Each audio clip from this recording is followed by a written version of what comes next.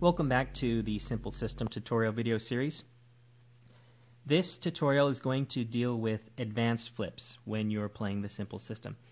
Let's say, for example, that you have a skill that is, or an ability that is particularly low or particularly high.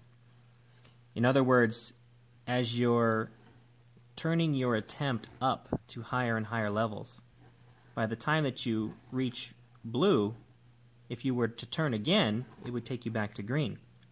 So what do you do in that case if your ability is actually higher than blue? Well, in this case, you're going to flip more than one card and use both of those cards to determine the result of your flip. So let me go ahead and do that now. Let's say that my ability was +4. There are 2 pips on this little difficulty level chart, and that indicates that you're going to flip 2 cards in this case. So I'll flip 1 card and then I'll flip a second. Alright, now in this case the result of my attempt is 4 checks. So in other words, that's going to beat any other challenge that the Game Master can throw at me, unless the challenge is high enough that he's flipping multiple cards as well. Now, let me go ahead and let's say we'll move on up to +5. As you can see on the card, there are 3 pips, indicating that you flip 3 cards for this particular attempt. So, I will flip 1, 2, 3 cards. Okay, this result's a little bit interesting. Let me see if I can explain it.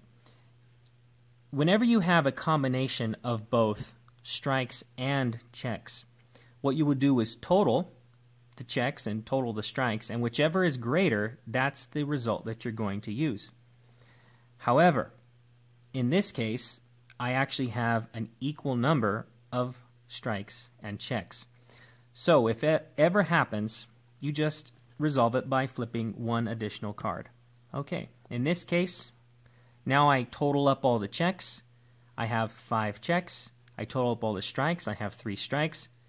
There are more checks than strikes, so I will use the checks for my result. My result for this attempt is 5 checks. So that's a pretty good result.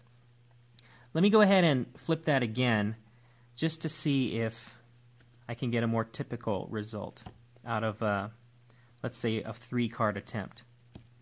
1, 2, 3. Okay, that's a little bit more straightforward. In this case, I'm going to total the number of strikes. I have 3 strikes. The number of checks, I have 2 checks. So I have to go with the strikes. In this case, the result of my attempt is 3 strikes.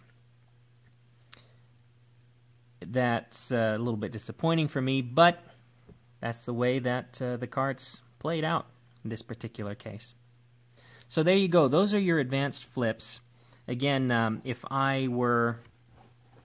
those were for particularly high attempts. Let's say I was going to be flipping something, I don't know, maybe my character is particularly stupid. So if I have to flip my intelligence, I have a really low intelligence, I have to flip 2 cards, I would turn it to green, and then I would flip 2 cards, and wow, stupid as I am, I actually was able to pull it off this time. Well, I can't say that for sure. It would depend on what the GM flipped as a result. Let me just try that again. Ooh, that's not good. Oh, that's not good either. So, as you can see, this time my lack of intelligence has really hurt me, and I'm probably not going to succeed this time. Anyway, that basically covers advanced flips in the Simple System. In my next tutorial, I'm going to be moving on to some of the story elements and how flipping these cards is going to be influencing the story as you're playing. Thanks for watching, and I'll be right back.